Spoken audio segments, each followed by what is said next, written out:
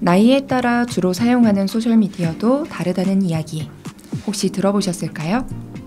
베이비붐 세대는 카카오 스토리와 네이버 밴드를, 밀레니얼과 Z세대는 인스타그램과 페이스북, X세대는 여러 플랫폼을 고루 사용한다고 합니다. 놀라운 것은 모든 세대가 소셜미디어를 이용하는 목적으로 주변과의 소통과 교류, 일상과 관심사의 공유를 꼽았다는데요. 이용자에 따라 주로 사용하는 플랫폼은 달라도 그 속에서 풀어내는 콘텐츠를 통한 공감과 소통이라는 욕구는 크게 다르지 않다는 거예요.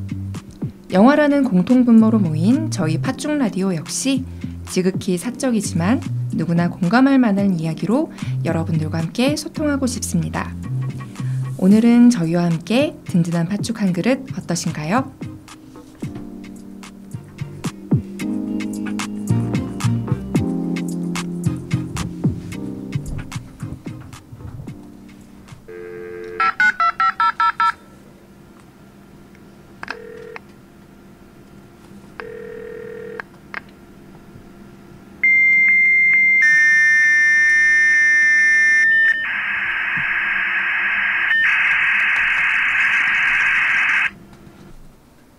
기아의 PC로 유니텔에 접속하였습니다.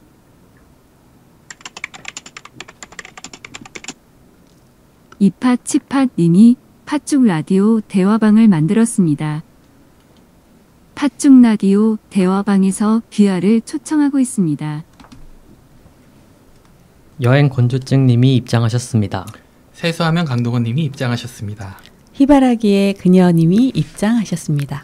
젠틀한 바람둥님이 입장하셨습니다. 그냥 소정공님이 입장하셨습니다. 팥죽 라디오 두 번째 국장을 맡은 이팟치팟 민지혜입니다. 오늘 다룰 영화의 주요 소재가 PC통신이다 보니까 닉네임을 각자 한 번씩 달아봤습니다. 이팟치팟은 후덥지근한 더위부터 매서운 추위까지 저희 팥죽 라디오로 함께 해주시면 좋겠다는 그런 바람을 담아봤습니다.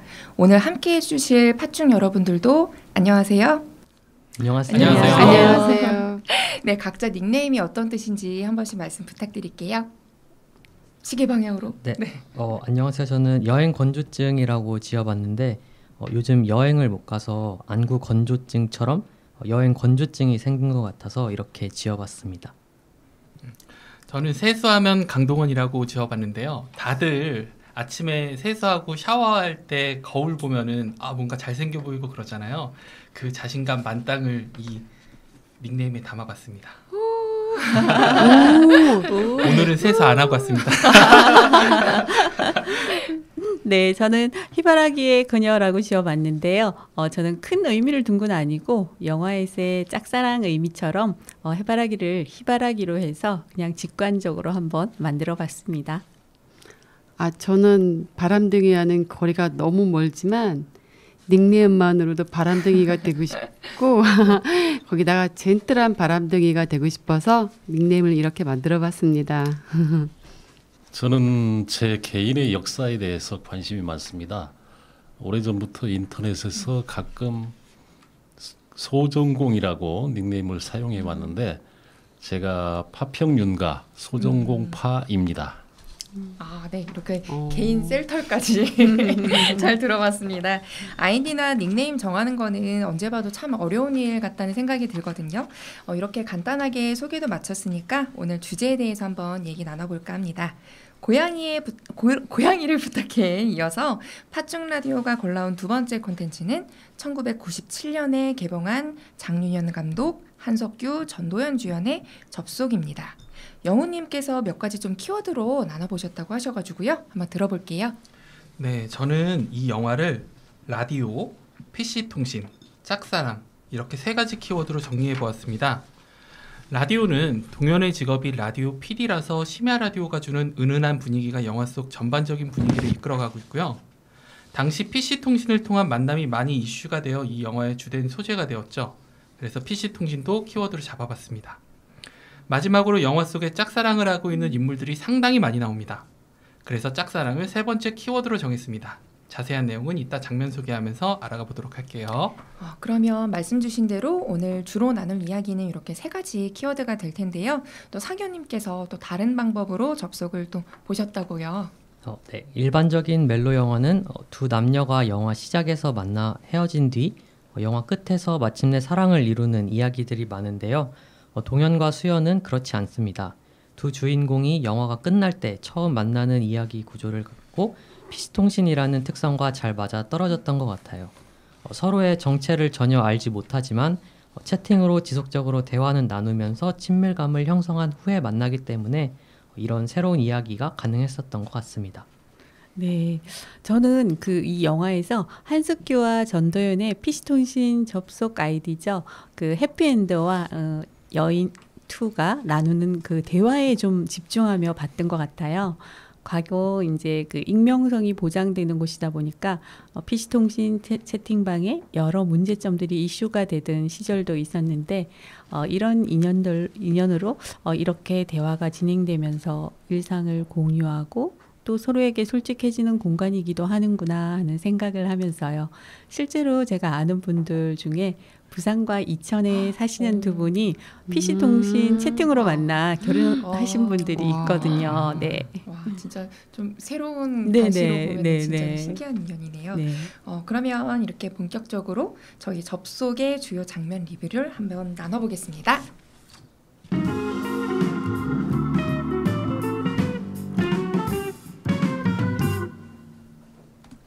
네, 그러면 만수님께서 첫 번째 장면 소개 부탁드리겠습니다.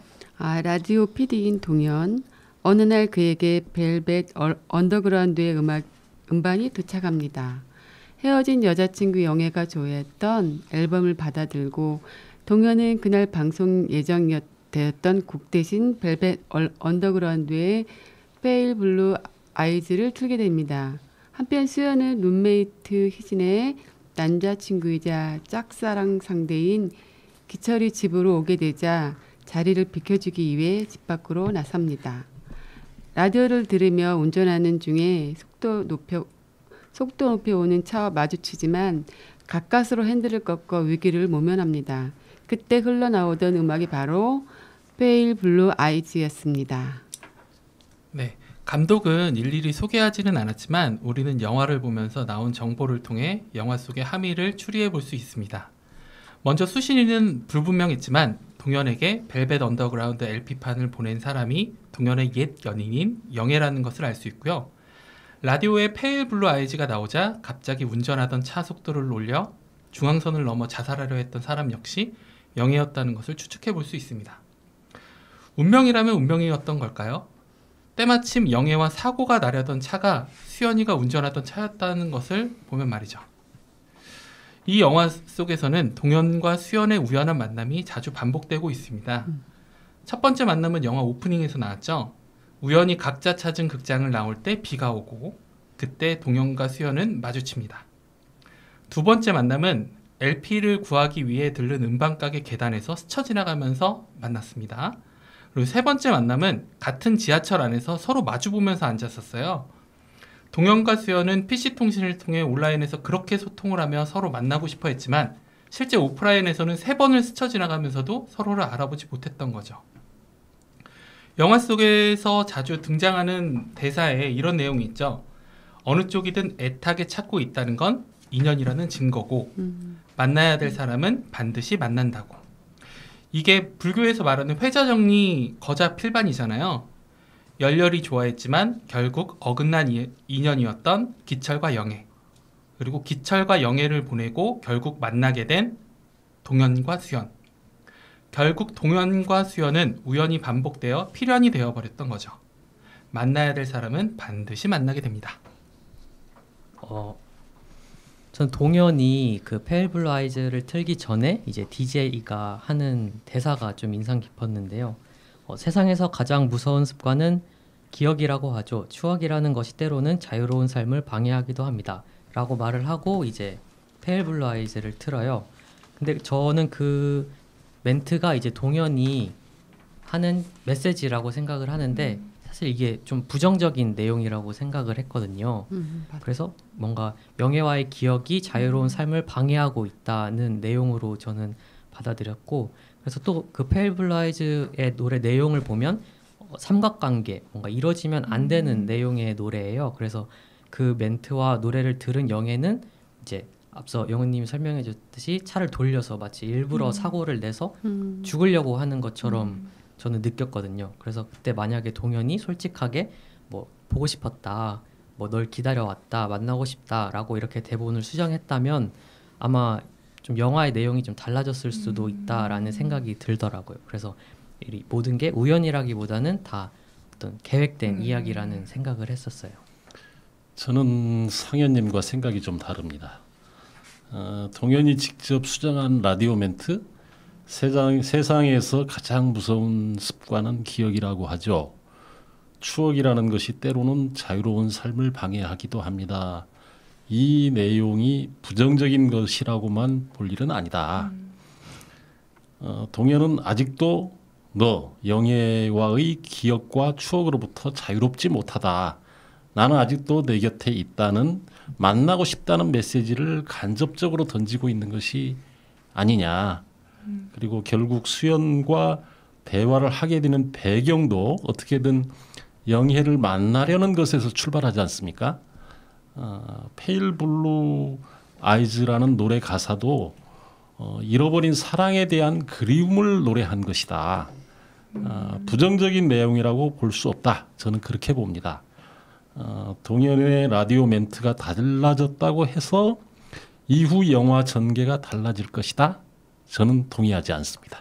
와, 이게 같은 장면을 보고도 해석이 이렇게 달라지는 것 같네요. 네, 그러네요. 저는 뭐 그냥 단순하게 뭐 기철을 먼저 알게 됐고 또 자신을 향해 웃어주는 그 모습에 마음이 일어나는 건 먼저인데, 고백도 못 해보고 친구의 연인이 되어서 자신의 공간에 들어오니까 피해주려고 나왔는데 사고를 접하게 되고, 그냥 마치 영애가 동현에게 수연을 보낸 것처럼 그 접속의 연결고리가 좀 어쨌든 전 그 영화를 다시 보면서 LP판의 감성과 음악이 주는 그런 추억 여행이 좋았던 것 같아요.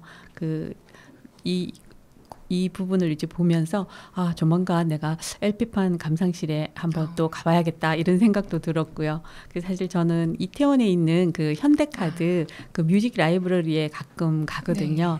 네. 이렇게 가면은 이제 음악 도서관인데 LP를 이제 들을 수 있는 곳이거든요. 그래서 가끔 가서 이제 추억도 듣고 이제 다 제가 과거에 갖고 있던 LP판을 이제 이사도 계속 다니고 하니까 이제 다 그거를 없앴는데 지금 그게 너무 안타까운 거예요. 그래서 잠시 이제 그때 생각하면서 추억을 들어보면서 가는데, 혹시 또 다른 또 좋은 곳 있으시면 좀 추천 좀 해주세요.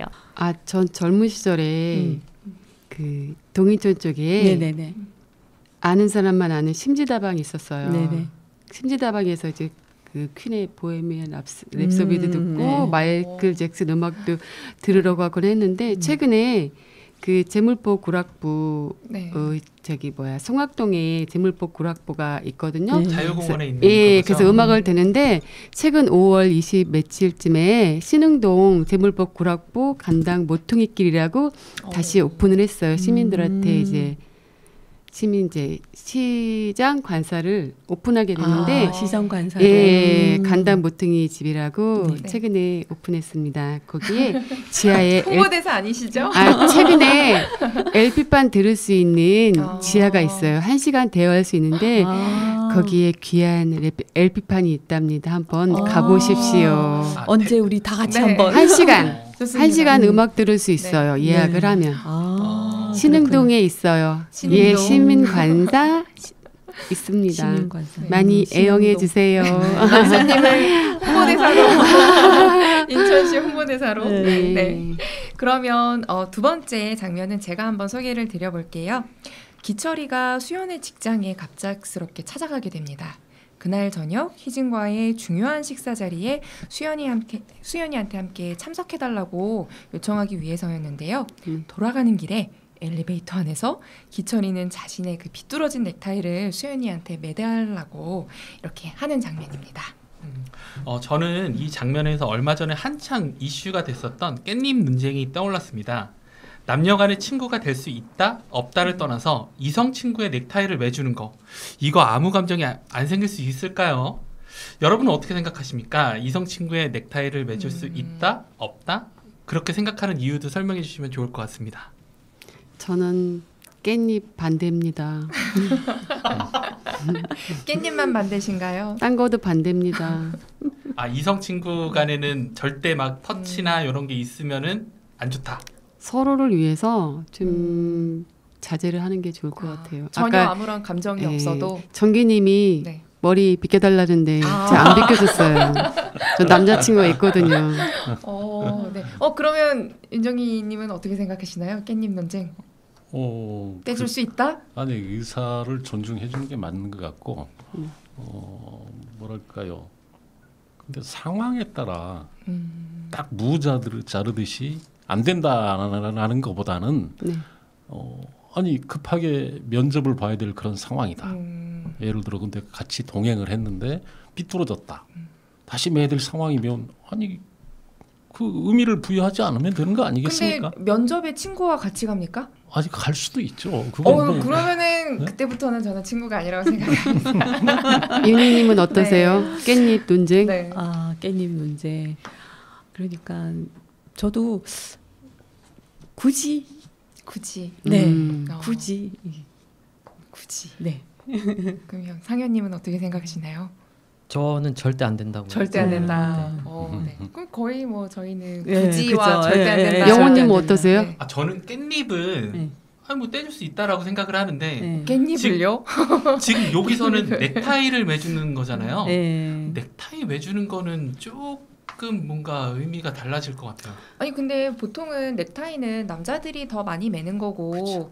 그 숙련도가 사실 잘 매지 않는 사람보다는 남자가 더 잘 매지 않을까요? 근데 그쵸. 굳이 기혼도 네. 아니고 미혼인데 전혀 네. 안 매봤을 텐데 그죠? 그러니까요. 네. 그러니까 저는 여기서 이 그 기철이라는 그 남자 배우가 네. 넥타이를 매달라고 해주잖아요. 그럼 얘가 약간 쑥맥이 아니라 바람둥이 아닐까 이 생각도 사실 들었다니까요. 넥타이를 매달라고 그러면서 내 여자친구 샴푸 냄새 나네 라는 멘트까지 하는 걸 보면은 맞아요. 이 꾼 같은 약간 느낌도. 그 배려심과 다정과 그 선을 약간 모호하게 계속 넘었다 들어왔다 하는 것 같아요. 그래서 이 수연이가 자꾸 착각하게끔 만드는 게 아닌가 그런 생각이 들었습니다.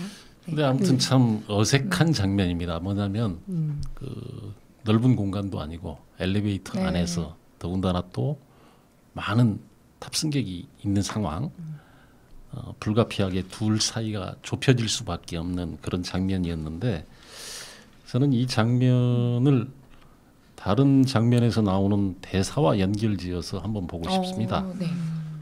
수연이가 이제 룸메인 희진과 기철 사이에서 헤매고 있을 때 그 PC 통신으로 동현이가 이제 수연에게 조언을 하지요.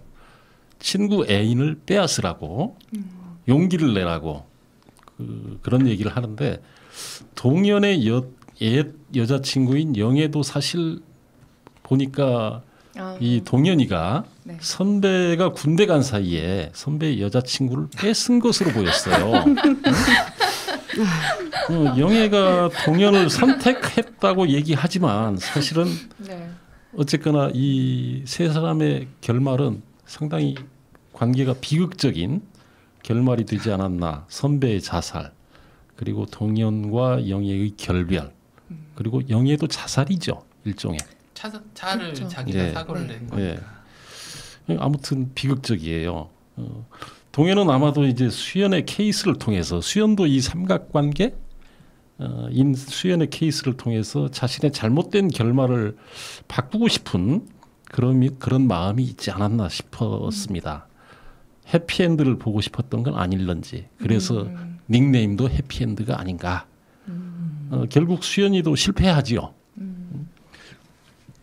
동현이 호주 이민을 결심한 근본적인 이유가 저는 한국을 떠나지 않는 한 기억과 추억으로부터 자유로울 수 없다는 사실을 깨달은 것이 아닌가. 그리고 상현님과 의견을 같이 하는데 예, 이 부분은 의견을 네. 같이 하는데 친구의 애인을 빼앗는 것 그건 아니라고 봅니다. 해서는 안 될 일이라고 생각합니다. 넘지 말아야 할 선 금도가 아닐까 싶습니다. 모두에게 비극일 가능성이 매우 많다고 봅니다. 공감합니다. 예. 세상에 반은 여자, 반은 남자. 이런데 왜 하필 자기와 친한 사람으로부터 그 소중한 존재를 뺏어야 됩니까? 그건 아니라고 생각합니다. 비난 가능성이 매우 높은 행동입니다. 오늘 표정 중에 가장 진지하신 그리고 애인은 네. 만날 때는 단 둘이 만나야지 친구를 대동해서 만나러 가는 거 이거는 피해야 할 일이고 매우 네. 위험한 행동이다. 수연이 처음부터 기철에게 마음이 있었다면 그 룸메인 희진이를 데리고 나가서는 안 됐다고 생각합니다. 네, 이건 수연이의 잘못입니다. 이런 행동 반댈세 뭐 이런 건가요? 옳지 않아요. 네, 그렇게 하지 옳지 않아. 않습니다. 그럼 친구들한테 소개시키는 거. 그거는 이제 어느 네. 정도 관계가 확고한 상태에서 가야죠. 네. 결혼을 앞뒀을 때 이 네, 뭐, 정도. 네. 둘 사이가 돈독할 때 아, 애매모호한 상태에서는 소개하는 거 아닙니다. 저는 그렇게 생각합니다.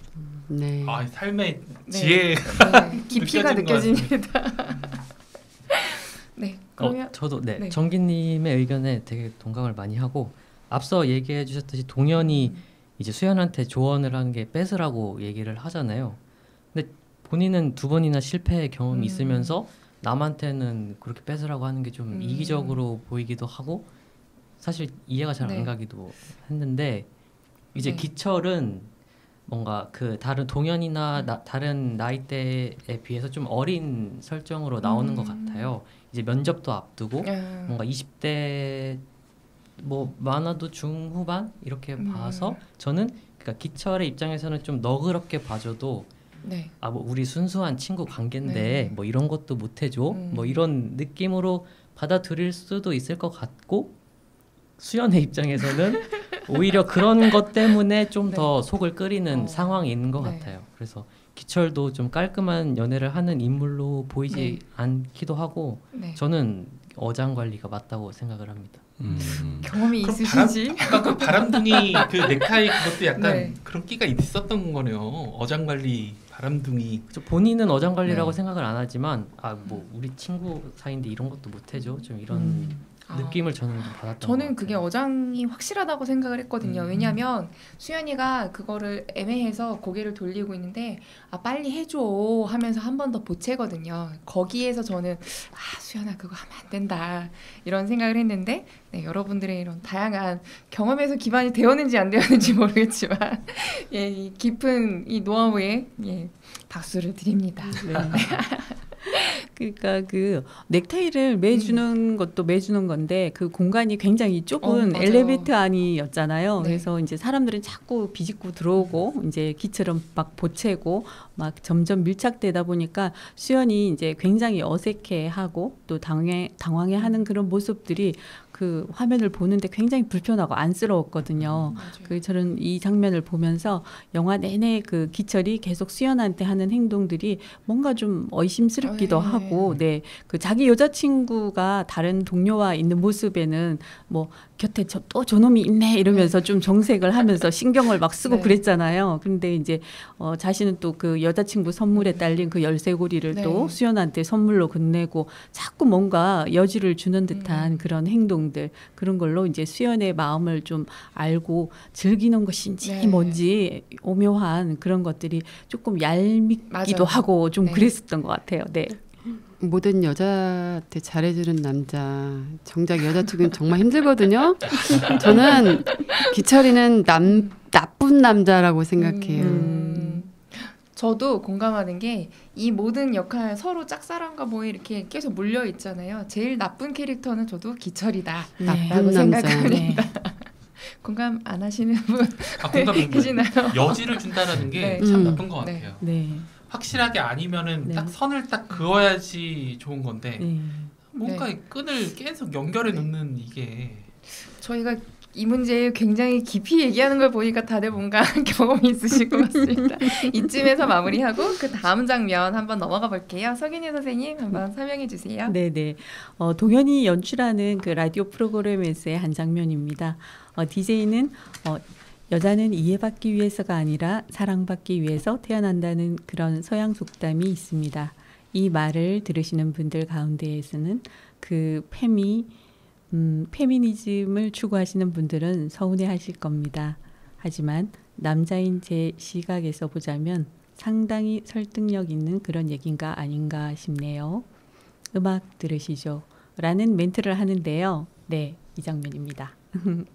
저는 앞서 영화 시작에 페일 블루 아이즈를 틀 때는 이제 동현이 영애에게 하고 싶은 말을 이제 표현을 했다면 이번에는 동현과 은희가 이제 충동적으로 하룻밤을 보낸 뒤에 은희가 동현에게 보내는 메시지를 이제 라디오 대본으로 적어서 표현을 했다고 생각해서 좀 흥미로운 장면이었어요. 그래서 은희의 속마음은 동현에게 사랑받고 싶다는 걸 간접적으로 표현하고 있는 걸 좀 알 수 있었고, 그래서 그게 그렇게 마음을 전달하는 게 그 씬의 목적이었고 되게 적절했다고 생각을 합니다. 이 영화를 보면 은희와 이제 그 동현의 상사인 윤 차장 이 그렇고 그런 사이죠, 사실 영화를 보다 보면. 근데 이제 은희가 동현에게 접근하는 것도 사실은 이게 저는 잘못된 선택이 아닌가. 동현이 만약에 그런 사실을 알았다 그러면 받아주질 못할 것 같아요. 물론 모르고 이제 충동적으로 만나긴 했지만 그런 사실을 안다고 전제한다면 결코 해피엔딩이 되지 않았을 것이다 하는 생각이 들고, 결국 이 영화 마지막 부분을 보면 은희는 다시 또 윤 차장 곁에 머무르는 걸 선택을 한 게 아닌가 싶더라고요. 사랑이 밥 먹여주는 게 아니라서일까 그런 생각이 들었습니다. 그 장면을 보면서 저는. 네.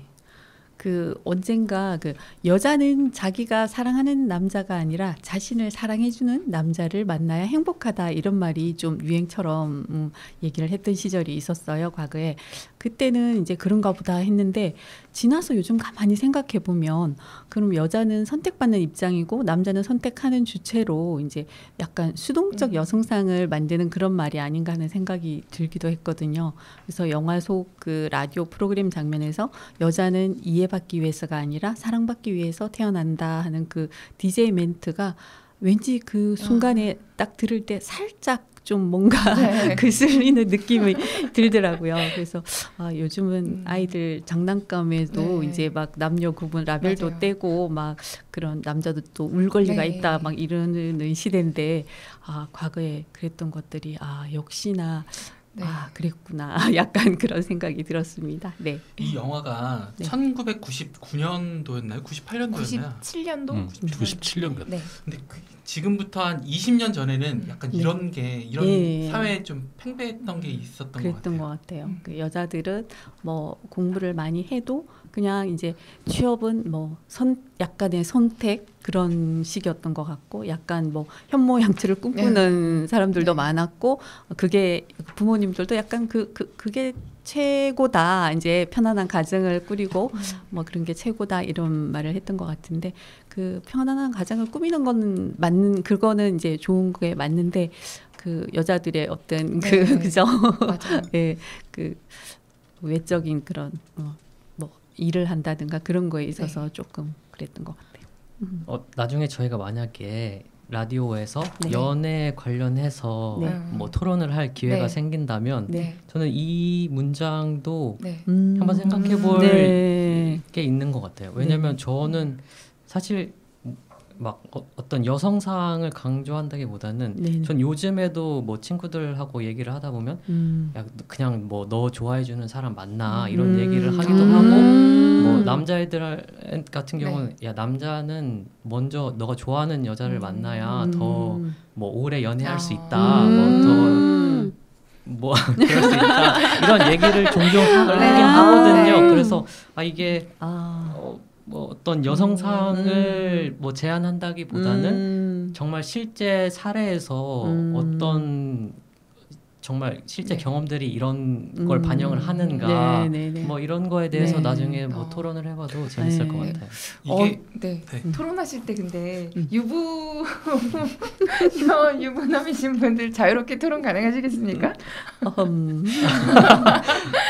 네네네. 예, 말씀해 주세요. 이게 연애 쪽 얘기를 하면은 참 할 얘기가 많은 것 같아요. 이게 그 흔히들 얘기하잖아요. 내가 좋아하는 사람과 연애를 하는 게 맞을까?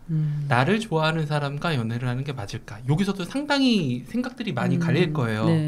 뭐 결혼이라고 생각을 하면은 나를 좋아해 주는 사람과 하는 게 맞지만 연애라고 봤을 때는 내가 좋아야지 뭐 내 간이고 쓸개고 다 내주고 싶을 정도로 그런 마음이 생기지 않을까 이런 생각도 해보게 됩니다. 아, 네. 저는 여우님 말 들으니까 갑자기 이제 저희 딸한테 해줬던 네. 얘기가 좀 생각이 나거든요. 궁금합니다. 딸이 이제 대학생이 돼갖고 이제 와서 약간 그런 처음에 들어가면 약간 뭐 썸 타는 사람도 생길 수 있고 뭐 약간 이제 잠깐 저분 좀 괜찮네 이런 사람이 있을 수 있잖아요. 그래서 그랬는지 어쩐지는 모르겠는데 오늘 저한테 그렇게 묻더라고요. 엄마 한 사람은 조금 그 자기가 뭔가 이렇게 주도를 하고 막 그러면서 약간 나쁜 남자과고 또 한 사람은 그냥 무조건 이제 따라주는 스타일의 남자다. 네. 뭐 어떤 남자가 더 나은 남자냐 약간 이런 식으로 묻는 거예요. 그래서 네. 제가 당황스러웠어요. 처음에 이제 그런 질문을 딱 봤는데 당황스러웠는데 그래서 제가 그랬죠. 근데 엄마는 그 뭐 둘을 놓고 뭐 비교해서 이 사람이 좋다 나쁘다 뭐 이거보다도 네가 어떤 사람인지를 먼저 아는 게 중요한 것 같다. 그래서 네가 만약에 평소에 뭐 일을 뭐 처리한다든가 여행을 간다든가 이럴 때는 네가 주도하는 성향의 사람이면은 네가 이제 누군가 따라주고 이렇게 네가 정했을 때 이렇게 쫓아와주고 다 이제 지지해주는 그런 사람이 좋을 거고 너는 그냥 조금 알아서 딱딱딱 이렇게 해주면은 그냥 편안하게 가서 이제 이렇게 가는 걸 좋아하는 스타일이면은 그렇게 하는 게 맞지 않을까 그랬더니 이러면서 이제 고개를 끄덕끄덕 하던 게 기억이 나더라고요. 그래서 내가 어떤 사람인지 뭔지를 알아야 되지 않을까 그런 생각을 갑자기 해봤습니다. 네. 아니, 그러면 그 따님은 어떤 스타일하고 결혼했어요? 아직 대학생이기 때문에 저도 결론이 궁금합니다. 결혼한 우리 네. 지금 보니까 글쎄요. 근데 상당히 굉장히 좀 둘이 잘 의견을 조율을 잘 하는 것 같더라고요. 예. 그래서 뭐 한 사람이 요리를 하면 한 사람은 이제 설거지를 하고 근데 그게 또 역할 분담이 확실하게 정해진 건 아니고 먼저 온 사람이 이제 저녁 준비를 하면 이제 먹고 나서 이제 뭐 설거지도 하고 또 때로는 이제 좀 힘이 들면은 이제 한 사람이 전담해서 다 할 수도 있고 약간 그런 스타일이더라고요. 그래서 속으로 제가 그 요즘 사람들 요즘 젊은이들이 참 현명한 것 같다. 우리 때 같았으면 다 해주고도 속으로 궁시렁거리면서 내가 뭐 밥하는 사람이야 뭐야 이러면서 예전에 우리가 그랬을 것 같은데 참 요즘 젊은 사람들 좀 현명한 것 같다 이런 생각을 좀 했던 것 같아요. 네.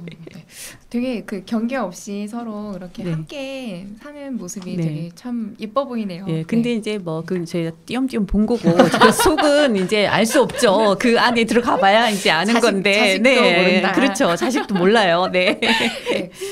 저는 사실 오늘 세 가지 키워드 뭐 라디오, PC 통신, 짝사랑 뭐 이렇게 얘기했는데 저희 비중은 아마 짝사랑이 제일 큰 것 같아요. 이 얘기할 때 선생님들 눈빛이 가장 반짝반짝 빛나기도 하고요. 그래서 이번에 본격적으로 짝사랑 얘기 한번 해보도록 하겠습니다. 수연이 동현에게 자신이 좋아하는 사람에 대한 이야기를 건네는 장면입니다. 그 사람을 안 건 제가 먼저였어요. 제가 좋아하는 그 사람 표정이 있어요. 나를 보며 웃을 때죠. 보고 있으면 무척 따뜻하고 기분이 좋아져요. 어느 날 그런 표정으로 친구를 바라보고 있는 걸 봤어요. 그 사람은 발이 무척 커요. 혹시 동현 씨도 발이 큰가요? 그 만순쌤 그 깊은 한숨은 아마 저랑 같은 마음이셨을 수도 있을 것 같아요. 네. 그 영화를 보는 내내 저도 이 깊은 한숨을 쉬면서 수연아 그러지 말자.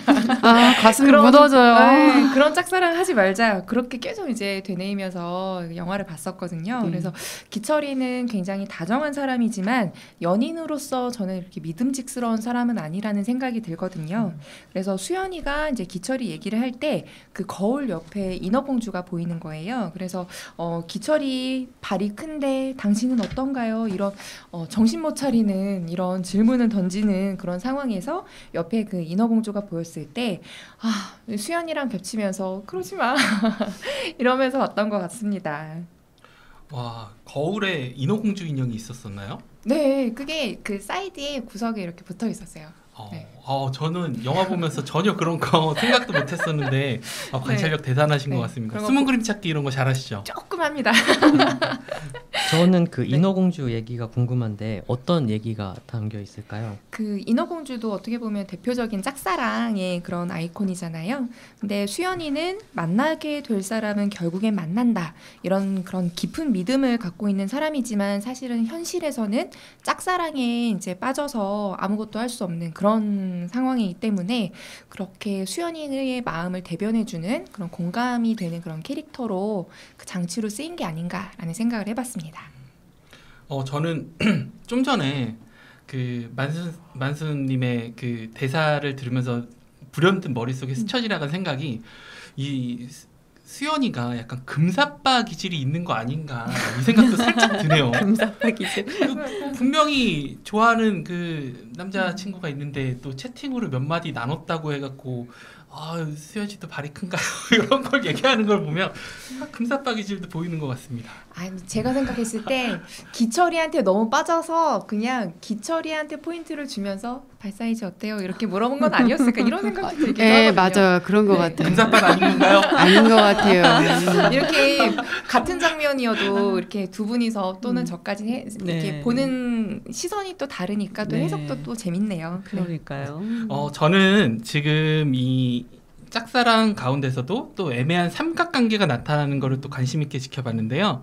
수연과 또 은희, 기철 이렇게 애매하게 세 명이서 또 삼각관계를 영화 속에서 유지하고 있죠. 근데 은희가 수연이가 기철이를 좋아하는 것을 알고 일부러 뺏어야지 해갖고 저 좋아하는 남자친구를 자기 남자친구를 이렇게 만든 거 아닐까 이런 생각도 사실 조금 들었습니다.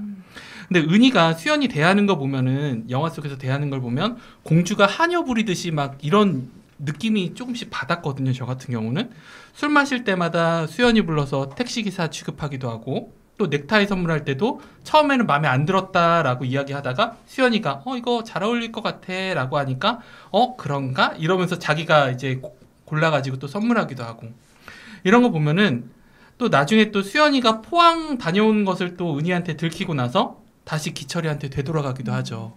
이런 것들을 보면은 선천적으로 이 은희라는 친구가 남의 것을 뺏고 또 남이 가진 걸 좋아 보이면은 자기 거를 만들고 싶어하는 약간 이런 부류가 아닌가 이런 생각도 사실 조금은 들었습니다.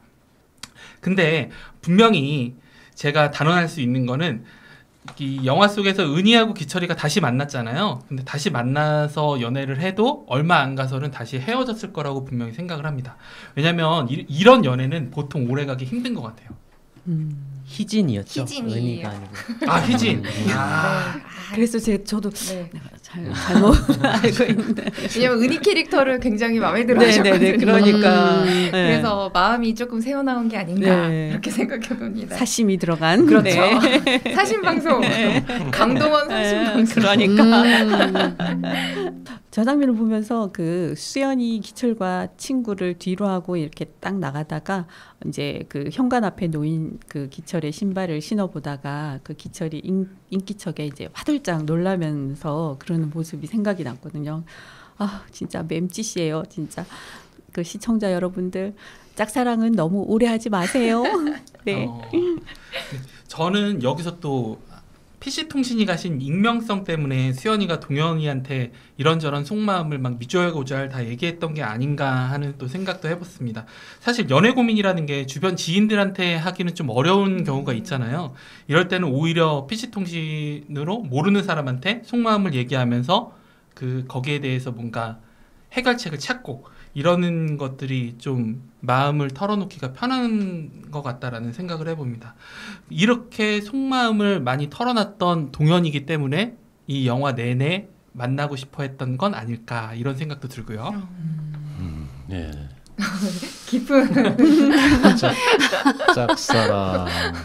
세상에는 아마도 이루어진 사랑보다 이루어지지 않은 사랑이 훨씬 더 많을 것 같습니다. 짝사랑 충분히 할 수 있지요. 애절하지요. 나는 그 사람을 보고 있는데 그 사람은 딴 사람을 보고 있다. 참 슬픈 일입니다. 그러나 다시 말씀드리지만 친한 사람의 애인을 뺏지는 맙시다. 경험이 있으신가요? 뺏긴 적 있으시군요. 그건 아니에요. 그건 아니지만 그럴 뻔했어요. 어찌 보면 아무튼 그런 관계가 되면 결코 해피엔드가 될 수 없다. 동의하실 것 같습니다. 네. 이렇게 우리 짠한 수연이의 그 짝사랑은 어떤 결말로 가게 될까요? 그 기철이는 회사 때문에 먼 지역으로 옮겨가면서 희진이와 헤어지게 되는데요. 이때 수연이는 기철에게 찾아가 고백을 하게 됩니다. 먼저 수연이가 고백을 하게 된 계기는 동현의 충고 때문이었죠. 더 이상 기다리지 말아요. 있던가? 잊을 수 없으면 가서 당신을 보여줘요. 이 말에 수연이는 용기를 내 포항까지 내려가서 기철이한테 고백을 합니다. 그리고는 아직 기철의 마음에 희진이 남아있다는 것을 확인하고 실망한 채 되돌아오게 되죠. 수연은 동현과 채팅을 하면서 하소연을 합니다. 짝사랑 고백으로 이제 볼 수도 없게 되었다고. 이제 친구로도 만날 수 없게 되었다고 말이죠. 동현은 또 이야기합니다. 친구로 만나는 게 무슨 의미가 있냐고. 사랑받기 원한 거 아니었냐고. 바라만 보는 사랑도 있다는 수연의 말에 동현은 또 이야기를 이어가죠. 쓸데없는 감정 때문에 진짜 사랑을 놓칠 수도 있다고. 실현당한 수연이에게 적당한 위로를 해주는 것도 충분히 할 수 있는데 아픈 사람을 더 뼈 때리는 이런 멘트를 날리게 되죠. 여러분은 어떻게 생각하십니까? 짝사랑. 고백하는 게 나을까요? 아니면 평생 마음속으로 간직하는 게 나을까요? 아유, 저도 20대였다면 저도 못했을 것 같아요. 근데 지금 나이를 먹고 보니 도덕적인 문제가 아니라면 짝사랑 하시는 많은 청춘 남녀분들 용기 내서 마음을 솔직하게 고백했으면 좋겠다는 생각을 해봤어요.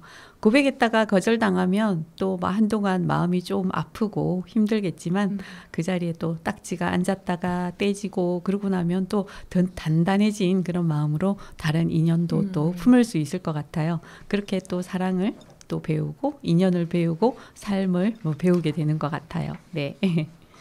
저도 정기님이 말씀해 주신 것처럼 그 짝사랑 대상이 애인이 없다면 한번 고백을 해보는 것도 좋을 것 같고 쓸데없는 감정 때문에 진짜 사랑을 놓칠 수 있어요라는 말은 저도 동의를 강하게 하는 것 같아요. 왜냐면 사실 이 쓸데없는 감정이라고 한 게 좀 마음에 들진 않지만 동현이 모질게 말하려고 했던 것 같은데 짝사랑도 분명히 소중하고 소중한 감정이라고 저는 생각을 해요. 그래서 하지만 그런데 또 그 감정에 집중을 하다 보면 주변 관계에도 뭐 마음의 문을 닫거나 이렇게 시야가 좁아지는 경우가 있는 것 같더라고요. 그래서 또 사랑뿐만 아니라 뭐 우정도 놓칠 수 있는 것 같고 그래서 어쨌든 기철에게 고백하고 거절당한 수연의 행동은 용기 있는 행동이었다고 생각합니다.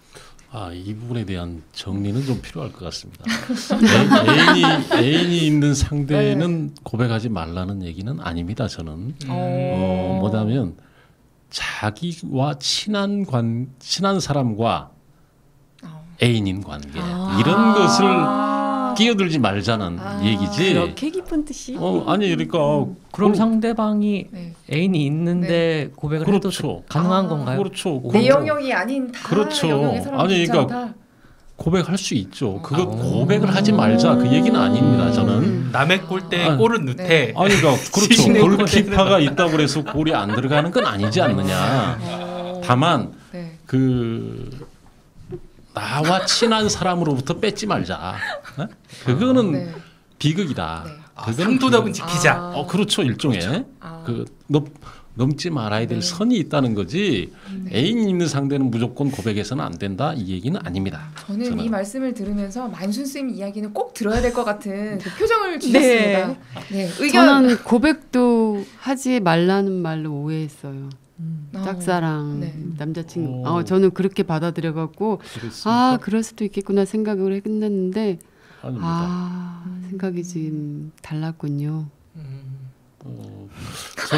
저는 아무튼 기본적으로 네. 좋아하는 대상이 있다면 용기를 내서 고백해야 된다. 후회가 없을 것이다. 그렇게 해야. 다른 장면 이야기지만 그 뒷부분에 이런 게 나와요. 지하철 안에서 그 말더듬이 청년이 승객들을 향해서 용기를 내서 독백을 합니다. 왜 나와서 저 친구가 저러고 있지 하는 생각이 들었는데 그 중에 이제 이런 말을 해요. 저에게 사랑하는 사람이 생겼습니다 하는 이 장면. 저는 거기서 저 친구가 저렇게 용기를 내게 하는 것이 바로 사랑의 힘이다 하는 그것을 그 장면을 통해서 메시지를 전달하려고 하는 거 아닌가 생각이 들었고 결국 그 영화의 마지막 장면 수연과 동현의 만남도 처음 만남이지만 이 보지 않은 상태에서 일종의 사랑이 싹튼 거 아닌가. 그 끝까지 수연이 동현을 놓지 않고 기다리고 결국 만남으로까지 이어지는 것은 바로 사랑의 힘이 아닌가 하는 그런 생각을 했습니다. 그렇지만 다시 말씀드리지만 나는 친한 사람과 사귀는 사람 이 사람을 뺏어오는 거 이거는 이게 영화에서도 던져주는 메시지는 동일하다고 보는데요. 동현 그 동현의 그 사랑 삼각관계는 비극이었지 않습니까? 그러니까 아무튼 저는 그런 사람을 좋아해서는 안 된다. 그런 사람에게 고백해서는 안 된다. 차라리 그런 감정은 덮고 묻고 가는 것이 바람직하지 않겠나. 네. 저는 오늘 이렇게 얘기를 들어보니까 다음 영화는 꼭 사랑에 관한 걸 네. 봐야겠다는 그런 생각이 듭니다. 네, 영호님. 네. 제가 얼마 전에 읽었던 책 중에 그 다니엘 핑크라는 작가의 후회 재발견이라는 책이 있었거든요. 근데 그 책의 제목에서도 나오듯이 사람은 살아가다 보면 후회라는 걸 하잖아요. 근데 이 후회의 감정이 나중에 갈수록 더 커지는 경우가 있고 후회하는 감정이 점점 사라지는 경우가 있어요. 근데 이거에 있어서 예를 들었던 그 작가가 했던 얘기가 뭐냐면 사람이 하고 나서 후회하는 거와 하지 않고 후회하는 거를 두 개를 놓고 봤을 때 하고 나서 후회하는 거는 나중에 가서 그 감정이 점점 사라지는데 안 하고 나서 후회하는 거는 거기에 대한 그 후회의 감정이 점점 커진대요. 그래서 저는 여기서 생각하는 게 지금 이 짝사랑도 결국에 고백을 함으로써 후회할 수도 있고 말 그대로 사랑이 이루어질 수도 있겠죠. 근데 어찌됐건 자기가 용기 내서 고백을 함으로써 나중에 이 고백했던 장면에 대한 자신의 후회는 점점 사라질 거다라고 생각을 합니다. 다음엔 꼭 사랑 영화를 보는 걸로 하겠습니다. 왜냐하면 굉장히 깊이 있는 혹은 경험이 녹아 들어있는 그리고 또 전문적인 이런 얘기들을 또 나눠보니까 또 재미가 있는 것 같아요.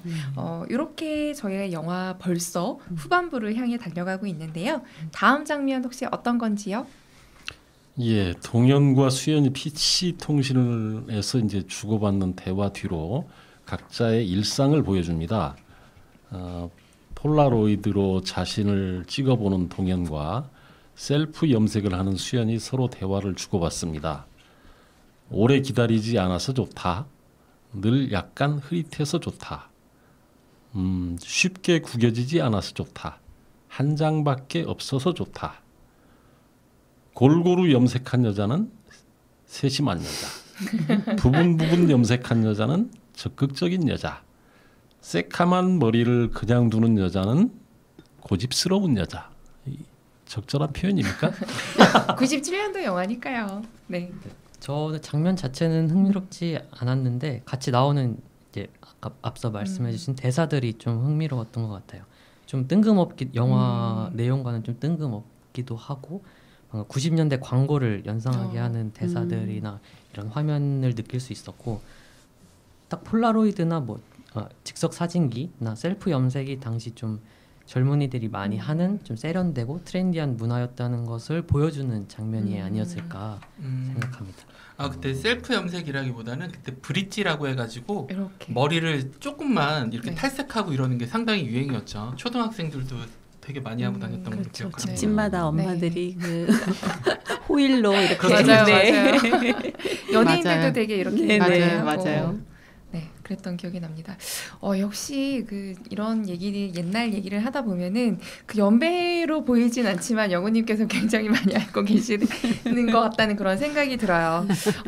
그때나 지금이나 이렇게 크게 달라진 문법은 없는데 왠지 그 시대의 공기가 담긴 그런 말투가 아닌가 그런 생각이 좀 들었습니다. 일과 영예 외에는 관심이 전혀 없어 보이는 그런 동현이랑 그다음에 이루어질 수 없는 짝사랑에 힘들어하는 수연이가 그 일상이 서서히 바뀌는 것들이 보이거든요. 이렇게 장면이 퐁당퐁당하면서.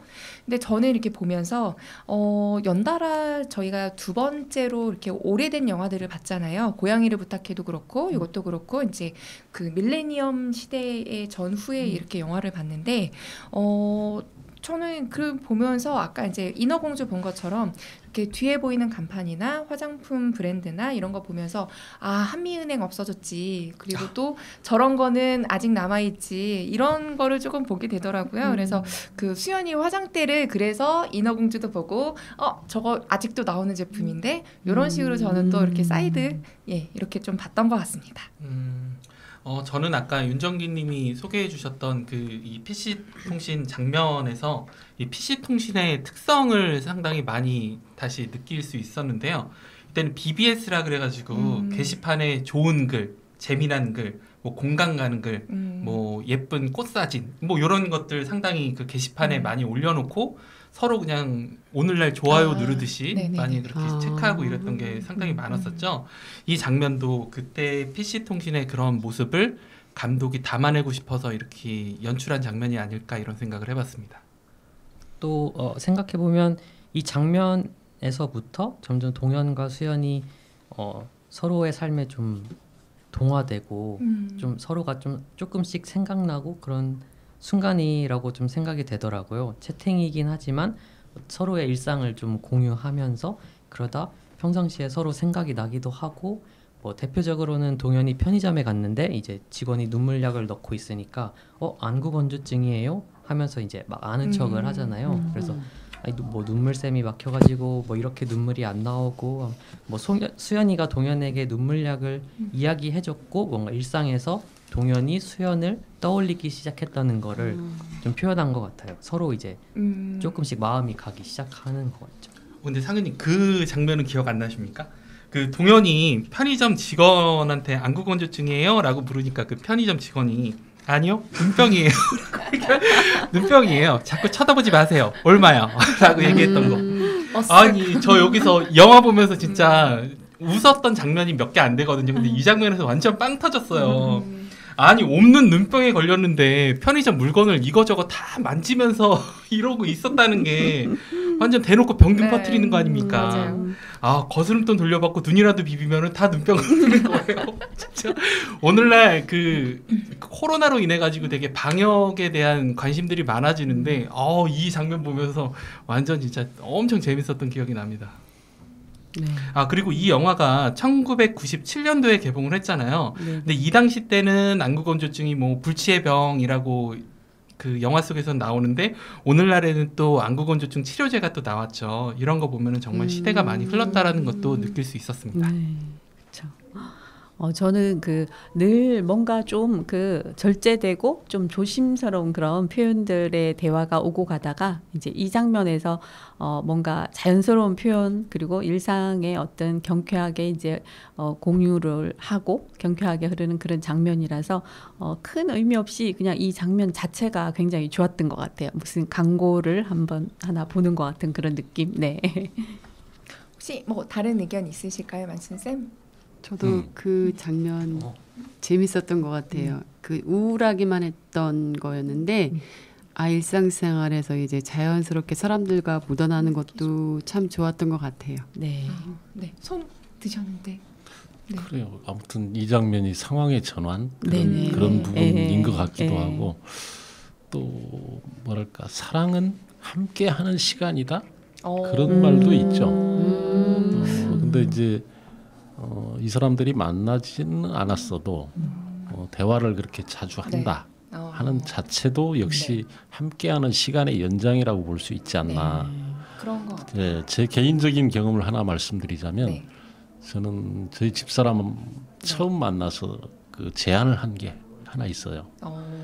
하루에 1시간씩만 시간을 내달라. 그렇게 제가 그 프로포즈 일종의 그러니까 처음 만나서 던진 멘트가 그겁니다. 그럼 매일 만나시는 매일 거예요? 하루에 한 번씩 만나자. 1시간만 시간을 달라. 와. 근데 이제 그게 지금 저 장모가 중간에 틀어가지고 깨지긴 했었습니다만은 아무튼 제가 원한 바는 그거였습니다. 하루에 1시간 시간을 내달라. 이거 기록에 남는 건데 네. 괜찮겠습니까? 괜찮으신가요? 이거 방송에 나가는 거예요? 뭐 상관없습니다. 네. 남극 캡을만 제 장모가 제 첫사랑이 보낸 무수히 많은 편지를 읽어본 분이에요. 어머나. 조금 극성스러운 분이죠.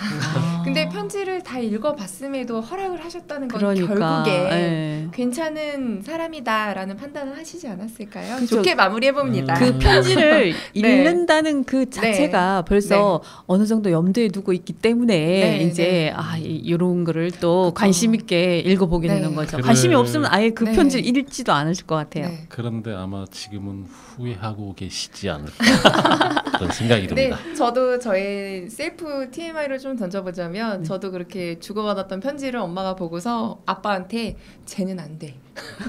쟤하고 만나는 건 안 돼. 그 라고 남자 하셨더라고요. 저한테는 얘기 안 하시고 가족들끼리 쟤하고는 안 돼 라고 하신 걸 봐서는 결국엔 그래도 손을 들어주신 게 아닌가. 편지하니까 또 생각이 나긴 하는데 이 얘기를 해야 되나? 해주세요. 하셔야죠. 방송 나갑시다. 저도 남편한테 마음을 열게 된 이제 동기가 남편이 이제 그때 군대에 있을 때인데 편지를 이제 이렇게 가끔씩은 아니고 좀 자주 편지를 했었는데 그 한 번은 이제 특공부대였 천리행군인가 그런 걸 간대요. 그래서 그걸 가면은 3주씩 이렇게 이제 계속 밤에 걷고 낮에는 파가지고 자고 그런대요. 그래서 이제 편지를 3주 동안 못 보낼 것이다 이렇게 하는 거예요. 그래서 이제 약간 그런가 보다 하고 있었는데 근데 이제 조금 있으니까 편지가 와요. 그래서 또 좀 더 지나니까 또 와요. 그냥 매번 오던 식으로 그런 패턴으로 오는 거예요. 그래서 뭐지 했는데 어쩌고저쩌고 했는데 맨 이제 훈련 갔다가 왔을 때쯤에 그 편지에 이제 얘기를 하는 거예요. 사실은 내가 이 편지 훈련 가기 전에 다 쓴 거다. 그래서 3주 동안 좀 그럴 것 같아서 내가 다 써가지고 부대 앞 가게에 그 아주 친한 아주머니한테 우표 그 붙이는 난에 날짜를 다 써가지고 이거 요 날짜 요거 보내달라고 그랬다는 거예요. 그래서 내가 마음을 열었는데 발등을 찍으실까요? 안 찍으실까요? 역시 이래서 남의 연애 이야기가 제일 재밌는 것 같습니다. 네. 슈퍼 아주머니가 은인일 수도 있고 열린 결말로 가시죠. 오복상의 아주머니. 아직도 오복상에 기억하시는군요. 네. 여기까지 끊어야 될 것 네네, 같습니다. 맞아요. 편집을 하더라도 여기까지 딱 되도록 네네. 이렇게 끊도록 하겠습니다. 네, 이제 마지막 장면은 제가 가장 기다렸던 그 장면입니다. 수연하고 동현이는 함께 영화를 보기로 했었는데요. 그 영애의 갑작스러운 그 사망 소식으로 약속이 불발이 됩니다. 이후 이민을 결심한 동현에게 연락이 닿지 않자 수연이는 방송국에서 이렇게 다짜고짜 가서 연락처를 받았는데요. 그때 극장 앞에서 무작정 기다리겠다는 음성 메시지를 남기게 됩니다. 네, 팟캐스트 초반에 말씀드렸듯이 PC통신 그리고 채팅이라는 소재를 기존 멜로 영화와 다른 이제 구조를 사용하면서 효과를 극대화했던 장면이라고 생각해요. 많은 로맨스 멜로 영화들이 사랑에 빠진 연인들의 감정에 주목했다면 이 영화는 이제 고통받는 사랑을 하다가 이제 막 진정한 사랑이 피어나려는 순간으로 막을 내리거든요. 그래서 영화에 쓰인 음악도 그런 목적을 갖는데요. 영화 초반에 나온 벨벳 언더그라운드의 음악은 영화 속 인물들처럼 삼각관계에서 유부녀인 여성을 그리워한다는 가사 내용으로 시작해서 영화 끝에 나오는 사라본의 노래 러버스 콘체르토의 가사는 이제 막 시작하는 풋풋한 사랑, 마법같이 영원한 두 사람의 사랑을 축복하려는 내용의 가사들이에요. 그래서 영화 속 인물들의 상황과 일치하면서 어떤 관객들의 만족감을 더 높여주는 그런 멋진 구성이었다고 생각을 합니다. 그렇죠. 이 마지막에 그 OST가 상당히 기억에 남는 영화였죠. 근데 1990년대 멜로 영화는 이 접속 이후로 그래서 급격하게 변했던 걸로 기억을 합니다. 접속 이전에는 안성기, 손창민, 박중훈 이런 하이틴 스타들이 이름을 알리던 배우들의 이름에 기대어서 영화가 많이 제작이 되었었는데요. 근데 접속 이후에 이 전도연이라는 신인 배우를 파격 캐스팅이 성공을 하면서 2000년대에는 다양한 배우들의 멜로 영화 붐이 또 일어나게 되었습니다. 그리고 접속 때 방금 전에 이 OST 팝송 삽입했던 게 대성공을 이루면서 이후 영화 OST마다 기억에 오래 남을 외국 가수의 노래들로 꼭 OST를 채워 넣는 것이 또 유행이 되기도 했었어요. 영화 쉬리 OST로 기억하는 캐롤 키드의 When I Dream이나 또 영화 약속 OST인 제시카의 굿바이 다들 기억나시죠? 이런 것도 외국 음반사에 어마어마한 로열티를 지불해야 됐기 때문에 오래가지는 못했고 결국에 8월의 크리스마스 OST처럼 영화 속에 출연했던 배우들이 직접 OST에 참여해갖고 노래를 불렀던 것들이 또 유행하기도 했었습니다. 저는 그 재개봉 때 영화관에 가서 직접 이 영화를 봤거든요. 거의 요 마지막 순간을 위해서 제가 이제 영화를 보러 갔다 해도 이제 과언이 아닐 정도였는데 그 다들 숨죽이고 있는 그 조용한 정막 속에서 딱 음악이 울려 퍼지는 순간에 진짜 이 만나야 할 인연은 결국에 만나게 된다라는 거를 정말 온몸으로 딱 느끼게 되더라고요. 그래서 이 클라이막스를 다른 사람들도 현장에서 좀 느껴봤으면 좋겠다 이런 생각을 조금 해봤습니다. 다시 재개봉하면 좋겠다는 생각도 들고요. 저는 그래서 그 이번에 이 라디오 준비하면서 넷플릭스에 그 자막 서비스가 있다는 걸 보고서 그걸 켜고 봤거든요. 왜냐하면 이 장면을 어떻게 설명하는지를 너무 보고 싶어서 일부러 이제 켜고 봤는데 그냥 막 두근두근 하면서 봤는데 부드러운 음악 이렇게 돼 있는 거예요. 그래서 제가 만약에 소리를 꺼놓고 딱 저 자막만 봤다면 제가 느꼈던 그 감정을 그대로 느낄 수 있을까? 이런 생각이 들더라고요. 그래서 좀 아쉽다는 생각이 들었는데 그 페일 블루 아이즈는 감성적인 노래 이렇게만 자막 처리가 되더라고요. 그래서 조금 아쉬웠습니다. 좀 더 설명이 들어갔었다면 좋았을 텐데 그런 생각을 해봤습니다. 네. 모든 사람들이 이제 엔딩 장면에 가슴이 뻥 뚫렸을 것 같아요. 그 당시 이 엔딩 장면과 음악이 온 매체를 점령했었던 것 같거든요. 그 제목까지는 모르시는 분들이 많겠지만 이 음악은 아마 이제 많은 분들이 기억을 하시고 아실 듯해요. 두 사람의 이 교감이 좁은 그 PC 화면으로만 계속 주고 이제 주로 담기다가 뭔가 뻥 뚫리면서 방탈출한 그런 느낌이랄까요? 약간 그런 느낌이었을 것 같아요. 네.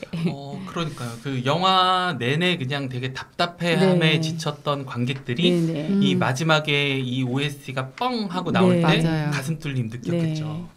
근데 그 엔딩에 나오는 이 사라본의 러버스 콘체르토가 시원하게 울려 퍼질 때 저는 또 한편으로 들었던 생각이 이때 광고마다 이 영화 이 OST가 안 쓰인 데가 없을 정도로 정말 많이 나왔던 네. 것도 기억합니다. 네.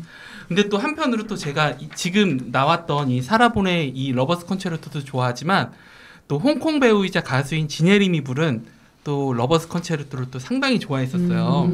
기억하시는 분이 계실지는 모르겠는데 그때 SKT 광고에 이 지네리미 부른 러버스 컨체르토가 쓰였었는데 제가 이때가 고등학교 때로 기억하는데 이때 이 지네리미 부른 이 노래 버전이 정말 좋아가지고 그 난생 처음으로 홍콩 배우의 음반을 직접 가가지고 샀던 기억이 있습니다. 그 뒤로 이 배우한테 또 빠져갖고 지네림이 나온 영화도 다 챙겨볼 정도로 정말 좋아했던 기억이 납니다.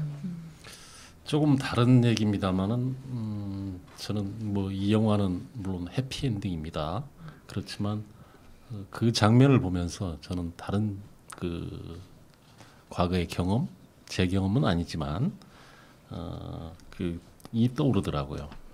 그 PC 통신 시절에 약속을 하고 나가서 기다리는데 멀리서 지켜보다가 그 기다리는 사람이 자기 마음에 들지 않는다. 외모가 마음에 들지 않는다.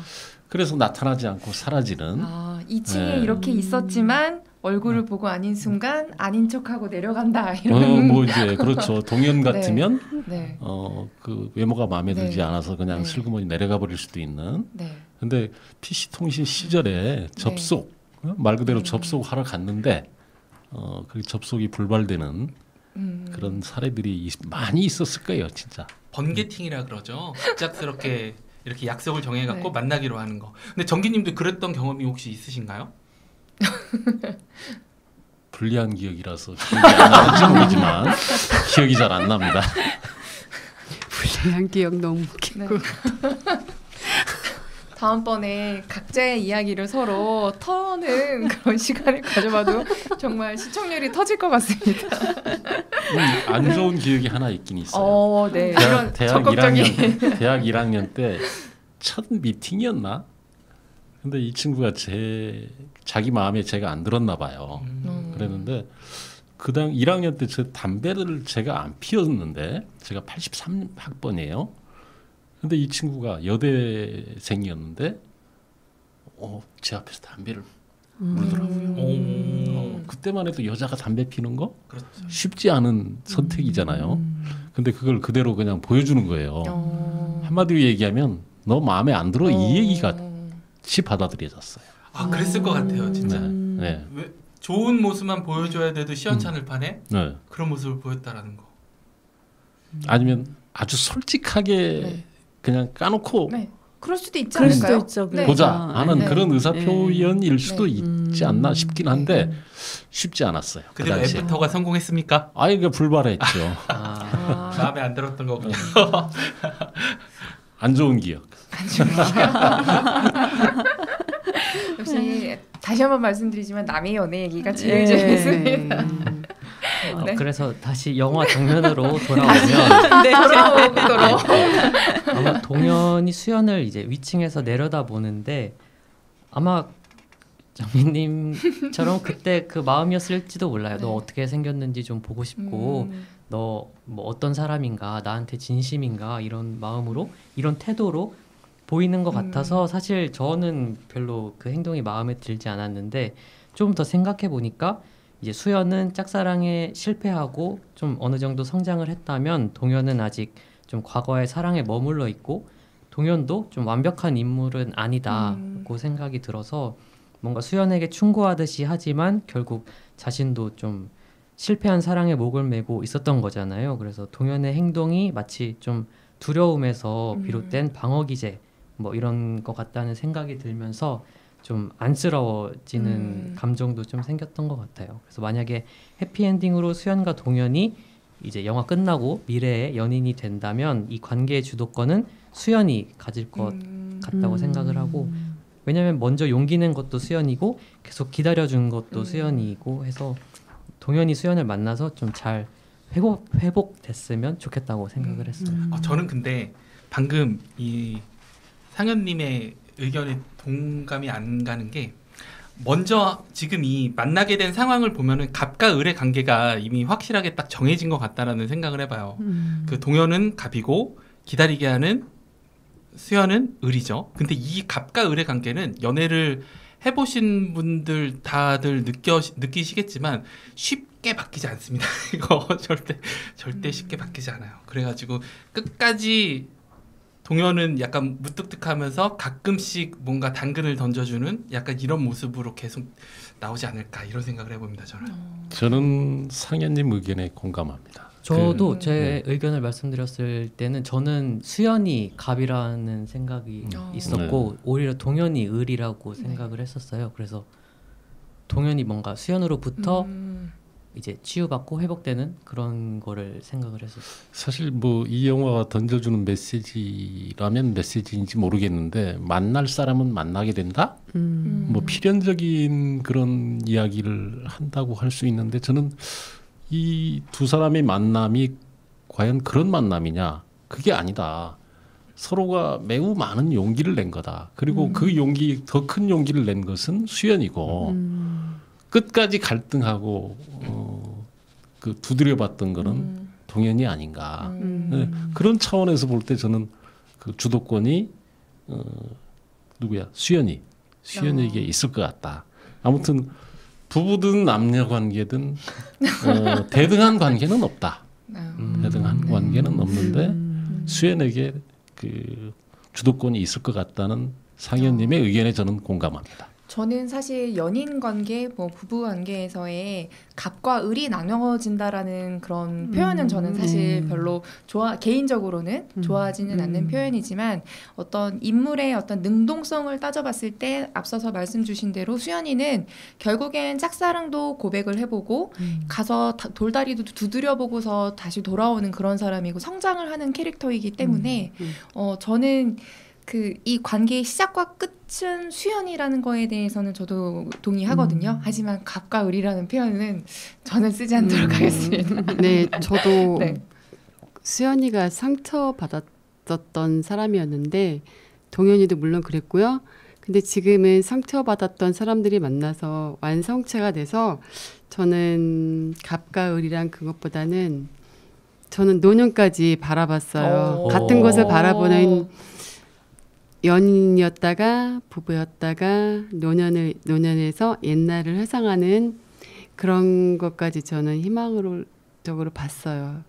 두 사람이 잘 돼서 옛날을 회상하는 노년의 아름다운 사랑을 좀 기대해봤습니다. 해피엔딩이 네, 이루어졌다라는 둘은 거군요. 가능할 것 같아요. 유니텔이 서비스 종료되던 날 우리가 그때 거기서 그렇게 얘기했었지 이런 얘기하지 않았을까? 네, 그랬을 것 같아요. 네, 그런 생각도 드네요. 네, 여기까지 저희 그 영화 접속 중에서 인상 깊었던 장면들 몇 장면 좀 리뷰를 해봤는데 혹시 좀 추가로 의견 더 나눠보고 싶은 내용 있으실까요? 저는 추상미가 연기한 라디오 작가 은희도 상당히 기억에 많이 남는데요. 좋아하는 감정을 숨기고 남이 알아주기만을 바라는 수동적인 여성상이 아니고 자신의 감정을 적극적으로 표현하는 여성이잖아요.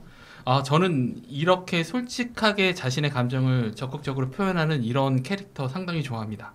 누가 봐도 센스 있고 매력적인데 아주 그냥 3명의 여자한테 사랑받는 마성의 남자 동현의 마음에 들지 않았는지도 참 의외라고 생각을 했고요.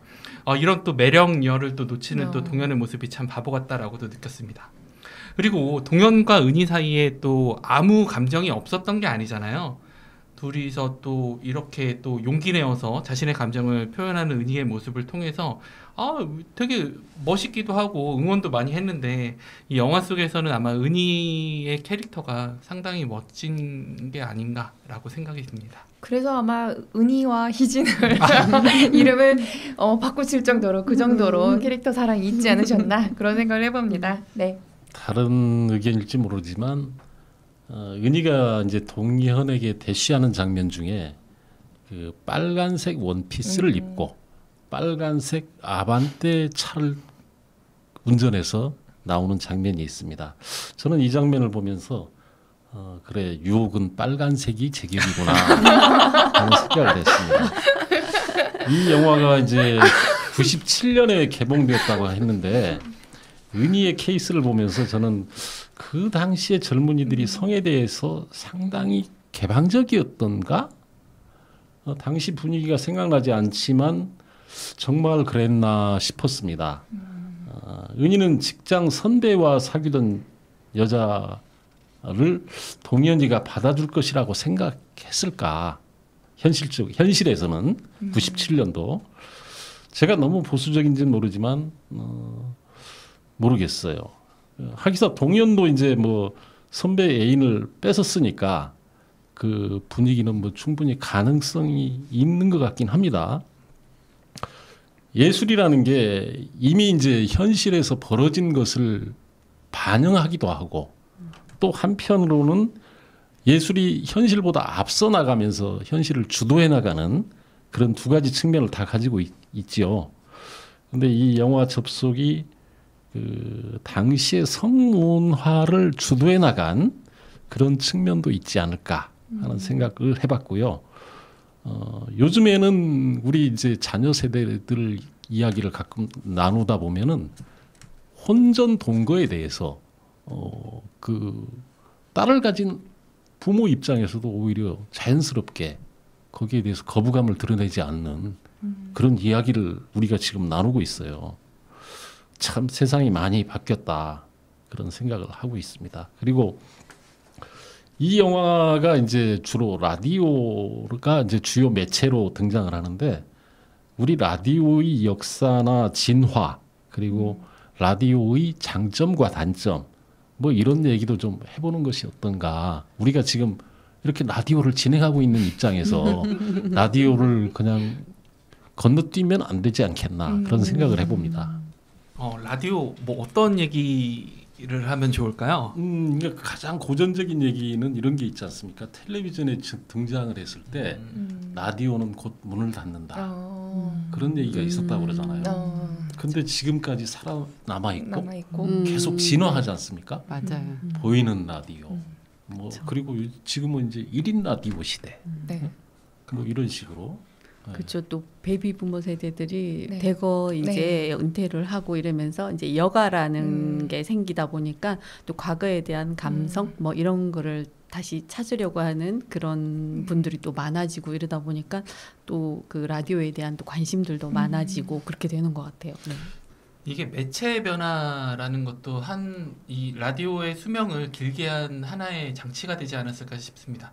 옛날에는 라디오를 말 그대로 그 라디오 카세트 테이프 뭐 이런 라디오를 통해서 들었다면 오늘날에는 직접 라디오를 통해서 라디오 듣는 사람이 거의 없을 거예요. 핸드폰을 통해서 뭐 직접 방송사 어플을 통해 가지고 듣거나 아니면 유튜브에 접속해 갖고 듣거나 이런 식으로 듣게 되죠. 하지만 그 매체라는 라디오 매체가 전달하는 방식의 차이가 있을 뿐이지 결국에 그 라디오 방송국은 여전히 존재하고 그 거기서 하는 방송들은 꾸준히 사랑받고 있다는 걸 보면은 그런 것 같다라는 생각을 해봅니다. 어떻게 보면은 오프닝에서 이제 세대별로 쓰는 SNS나 이런 것들은 다르지만 결국엔 그 하고자 하는 목적이 결국에는 소통이라는 것처럼 네. 이 라디오도 그래서 계속 생명력을 갖고 네. 계속 우리가 이렇게 하고 있는 건 아닌가 그런 생각이 듭니다. 네. 또 그 TV를 가리켜서 우리가 보통 바보 상자라고 하잖아요. 네. 근데 이 라디오는 상상력을 자극하고 또 다른 일을 하면서 라디오는 청취가 가능하잖아요. 그래. 그렇죠. 텔레비전은 그냥 바라만 봐야 되는데 그러니까 그런 장점, 라디오만의 장점이 있기 때문에 꾸준히 살아가고 또 진화하고 있지 않나. 그래서 우리가 또 모여 있고 네. 그런 것 같습니다. 방금 얘기해 주신 이 라디오의 장점이 손이 자유롭다는 게 가장 큰 것 같아요. 그래서 운전하는 사람들이 가장 많이 듣는 게 맞아요. 라디오이기도 라디오. 하죠. 그리고 장면을 보는 게 아니니까 마음껏 상상을 하면서 볼 수 있다는 것도 장점인 것 같아요. 마음껏 상상을 네. 하면서. 네. 근데 요즘에 또 라디오들이 보이는 라디오를 네, 또 많이 네. 해서 손이 또 놀지 못하고 네. 눈이 놀지 못합니다. 맞아요. 그리고 저는 이거 하나 꼭 짚고 싶은데 이 영화의 엔딩을 보면은 결국에 수연과 동현이 만나면서 이제 영화는 끝이 나게 되잖아요. 과연 이 열린 결말로 그 다음에 우리들은 그냥 행복한 이제 둘의 연애가 시작되겠구나라고까지는 알고 있는데 그 전의 상황을 보면은 이 동현이 그 호주죠. 호주로 이민 가려고 뭐 그 비자도 받고 이런 모습들이 나왔잖아요. 그러다가 마지막에 이렇게 만나면서 영화가 엔딩 나게 된 건데, 여러분은 혹시 이 엔딩 이후에 대해서 한번 생각을 한번 해보신 적 있을까요? 과연 이 동현이가 호주로 수연을 만났지만 나중에 호주로 이민을 원래 가려던 계획 그대로 해서 이민을 떠났을까? 아니면은 호주로 가지 않고 다시 취소하고 수연과의 이 사랑을 지키기 위해서 계속해서 한국에 남으면서 예쁜 사랑을 지속했을까? 아니면 또 같이 또 호주로, 이건 좀 오반가요? 각자 뭐 어떻게 결말에 대해서 생각하시는지 한번 듣고 싶습니다. 러버스 콘체르토라는 그 노래, 네. 노래가 모든 걸 다 말해주는 거 아닐까요? 저는 남았을 가능성이 더 높다. 하지만 가더라도 둘이 함께 갔을 것이다.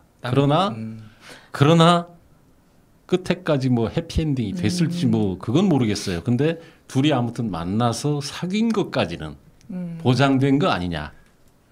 이 영화, 이 노래가 보여주는 것은 둘의 만남은 일단 시작은 됐다. 그리고 발전해 나간다. 끝에 가서 헤어졌는지는 모르겠어요. 이렇게 시기 방향으로 얘기해 볼까요? 아까 만순-쌤은 네. 뭐 노년을 맞았을 때도 네. 같이 네. 같은 곳을 네. 바라보며 있을 거라고. 수연이라는 인물이 굉장히 따뜻한 인물이잖아요. 음. 그래서 동현이의 그 아픈 상처까지 충분히 보듬어 줬을 것 같아요. 저는 그래서 행복하게 살았으면 좋겠다는 생각이 들었습니다. 되게 예쁜 동화 같은 결말. 네, 그랬으면 좋겠어요. 행복하게 살았답니다. 네. 이런 네. 느낌으로 말씀해 주셨습니다. 네, 제 바람도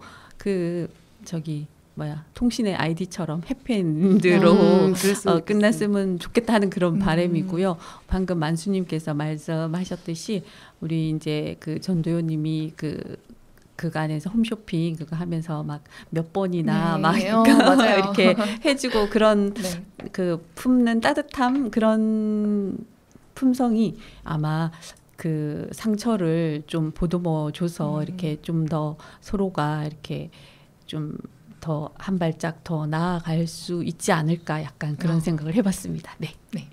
저는 호주에 갔을 것 같아요. 뭐 막 구체적으로 막 어떤 이유를 들자면 좀 어려운데, 그 동현의 당시 상황 자체가 그동안 좀 마음이 있었던 영애가 어쨌든 죽은 걸 이제 보고 그 일을 겪은 지 얼마 안 됐잖아요. 이 그쵸. 상황에서. 그래서 뭔가 그것에 대한 뭐 어떤 정리도 할 겸 호주는 가서 좀 자유롭게 시간을 좀 보내고 나중에 돌아와서 뭐 수연을 만나더라도 당장 호주로 가는 거는 저는 좀 보내고 싶어요. 호주를. 바람에. 동현이를 갔다 와서 뭐 만나든지 해결하라. 여행 근조정님의 여행 네. 저는 이게 힘들게 수연의 고백을 받아들인 거잖아요. 계속 재다가 만날까 말까 아는 체 할까 말까 하다가 결국에 만나면서 그때 엔딩으로 음악이 퍼지면서 뭔가 둘이 앞으로의 해피엔딩이 펼쳐질 거라는 그 기대감을 관객들한테 갖게 하는 모습이죠. 그러면서 그 만나기로 한 그 장면에서부터 이미 그 아까 영애에 대한 마음은 어느 정도 이제 멀리 떠나보낸 게 아닐까, 저는 이렇게까지 생각을 해봅니다. 저는 조금 건조할 수 있겠지만 저는 호주를 갔을 것 같아요. 동현이가. 그리고 저의 개인적인 입장에서는 이 둘이 그렇게 만난 상황이 굉장히 극적이고 저도 그런 극적인 상황을 보러 갔지만 그렇다고 해서 내 인생의 큰, 어떻게 보면 당시의 이민이라는 거는 굉장히 큰 결심인 거잖아요. 그랬을 때 과연 내 인생을 바꿀 만한 사람일까? 라는 생각에 일단 제가 동현이라면 호주는 그냥 갈 것 같아요. 그리고 결국에는 어떻게든 사람은 자기 입장에서 자기 견해와 경험에 기반해서 판단을 하게 되잖아요. 그렇기 때문에 저의 개인적인 생각으로는 그렇지만 실제로 제 주변에는 그렇게 채팅으로 저도 이렇게 만나서 서로 해외에서 이렇게 소통을 하다가 얼굴 보고 결국에 결혼까지 한 케이스도 직장 동료분이 계셨거든요. 그래서 나는 그렇게 생각하지만 누구한테는 진짜 사랑이 될 수도 있겠구나. 그런 생각이 들어서 정말 이거는 각자에게 해석을 맡기는 열린 결말로서의 역할을 충분히 다한 게 아닌가 이런 생각을 해봤습니다. 네. 네, 저도 한 스푼만 딱 더. 네. 저는 그 동현이가 호주로 이민을 생각했던 게 현실 도피성의 마음이 저도 있었던 그렇게 거잖아요. 생각해요. 그 영예에 대한 그 죽음 뭐 이런 거에 대해서 더 이상 이 한국에 있으면은 나는 계속 생각할 거고 이런 게 있다. 그것을 잊기 위해서 도피성으로 호주를 가려던 거였는데 뭔가 새로운 사랑이 시작될 거고 이런 것들이 나오는데 떠난다? 저는 그렇게 생각하지 않습니다. 그리고 그 동현이 대사관 인터뷰를 할 때 이민 가기 위해서 그 호주에 가서 뭘 하겠다고 했었죠? 기억이 잘 안 나는데 동현이 라디오 일은 아니었던 것 같아요. 뭘 하겠다고 했던 그 답이 뭐라고 있었던 것 같긴 한데 근데- 기억이 가물가물합니다. 근데 그러니까 그 자기의 전문성을 살려서 가는 게 아니란 말이에요. 말 그대로 현실 도피. 현실 도피 결혼하고 싶어요? 아니요. 그렇죠. 네. 아마도 그러니까 그 현실 도피가 아닌 상황이 되면 굳이 떠날 필요는 없지 않냐. 저는 그런 생각이 듭니다. 다양한 결말. 네. 좋습니다. 버전 1, 2, 3로 네, 이렇게 저희 영화 접속에 대해서 이런저런 얘기들 한번 나눠봤습니다. 마지막으로 저희 그 작은 코너 5글자 영화평 시간인데요. 저는 아무래도 마지막 그 OST가 흐르는 찰나를 위해서 영화관에 간 만큼 저는 OST 맛집이라고 조금 할 수밖에 없었는데요. 혹시 다른 분들은 의견 어떠실까요? 5글자 영화평을 하는 시간이죠. 딴 생각하셨구나. 저는 우픈 짝사랑이라고 해봤는데 우프다가 좀 웃기면서도 슬프다라는 의미잖아요. 그래서 저는 이 영화 속 상황 자체가 좀 우프기도 해서 우픈 짝사랑이라고 해봤고 그래서 인물들이 좀 예쁜 사랑을 했으면 좋겠는 마음에 이렇게 지어봤습니다. 네. 저는 그 만날 타이밍이라고 해봤어요. 그 사람의 인연이 마음처럼 잘 안 되고 어긋나서 속상할 때가 있지만 또 진짜 사랑을 만날 타이밍은 누구에게나 있다는 말로 세상의 모든 짝사랑의 주인공 그들과 그녀들을 응원합니다. 네. 저는 되게 어떻게 보면 무미건조한데 인연은 있다라고 정했습니다. 뭐 설명까지 필요 있나요? 그저 주인공들이 예쁜 사랑했으면 좋겠습니다. 네. 저는 짝사랑 아파 5글자입니다. 진짜 사랑은 같이 하면 좋지만 진짜 짝사랑은 너무 아픈 것 같아요. 짝사랑 많이 해보셨나 봐요.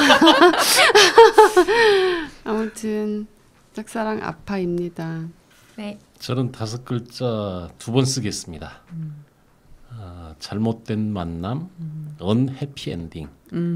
이 내용은 그 오늘 충분히 설명한 것 같아서 생각하겠습니다. 네, 불리한 표현도 있고 그러니까 다음번에 저희 개인적으로 따로 몰래 들어보겠습니다. 이렇게 지금까지 영화 접속에 대해서 함께 이야기를 나눠봤는데요. 오늘 2번째 라디오 간단하게 그 참여 소감 한번 나눠볼까 하는데 어떻게 이렇게 한번 시계 방향으로 조금 얘기 나눠주시겠어요? 네, 저는 뭔가 1화 때보다 이렇게 대화를 더 잘 할 수 있게 된 것 같아서 네. 뜻깊었고 뭔가 저와 다른 생각을 알 수 있다는 것에 좀 큰 의미를 두고 싶어요. 이런 라디오 활동을 한다는 게. 그게 바로 저희 팥죽의 장점인 것 같습니다. 그쵸. 네, 다음. 저는 그 1화 때랑 또 색다른 포맷으로 2화가 됐다라는 게 참 재밌었던 것 같아요. 처음에 뭐 PC 통신이라는 주제에 맞게 뭐 접속하는 소리도 나오고 이런 효과음 같은 것들이 참 신선한 시도였던 것 같고요. 뭐 앞으로 3화는 또 누가 진행할지 참 기대가 됩니다. 네, 저도 뭐 갈수록 뭔가 좀 자연스러워진다는 느낌을 받았거든요. 뭔가 우리 몸에 맞는 그런 옷을 조금씩 이렇게 입고 가는 그런 느낌을 받았습니다. 그리고 오늘 이제 영화에 대해서도 과거에 뭐 서로의 이제 연애담도 나누면서 추억을 공유하고 나누는 그것도 참 재미있었던 것 같아요. 네. 저는 여러 가지 사랑 중에 가장 아픈 게 짝사랑인데 그래도 사랑이라는 이름만으로도 행복한 것 같아서 네. 이번 녹음하면서 재밌었고 윤정희님의 불편한 사랑도 들었고 숨겨진 얘기도 들어서 더 행복했습니다. 마침 또 그 다음이 윤정기 선생님 아, 시간이 그렇군요. 타임입니다. 네. 소감 어떠신지요? 뭐랄까요? 긴장감이 좀 풀려서 좋네요. 처음에 녹음할 때는 막 제 차례가 언제 오나, 막 어떻게 얘기를 꺼내나, 그리고 이 마이크에 대한 좀 두려움 그런 게 없잖아 있었는데 많이 그런 게 완화된 것 같아요. 개인적으로. 그래서 편하고 좋습니다. 이렇게 슬슬 몸도 풀려가고 입도 풀려가고 자기의 기억도 풀려가는 저희 네. 팥죽 라디오 2화 접속편이었습니다. 저희 3화에서 만나요. 만나요. 네. 다음에 만나요.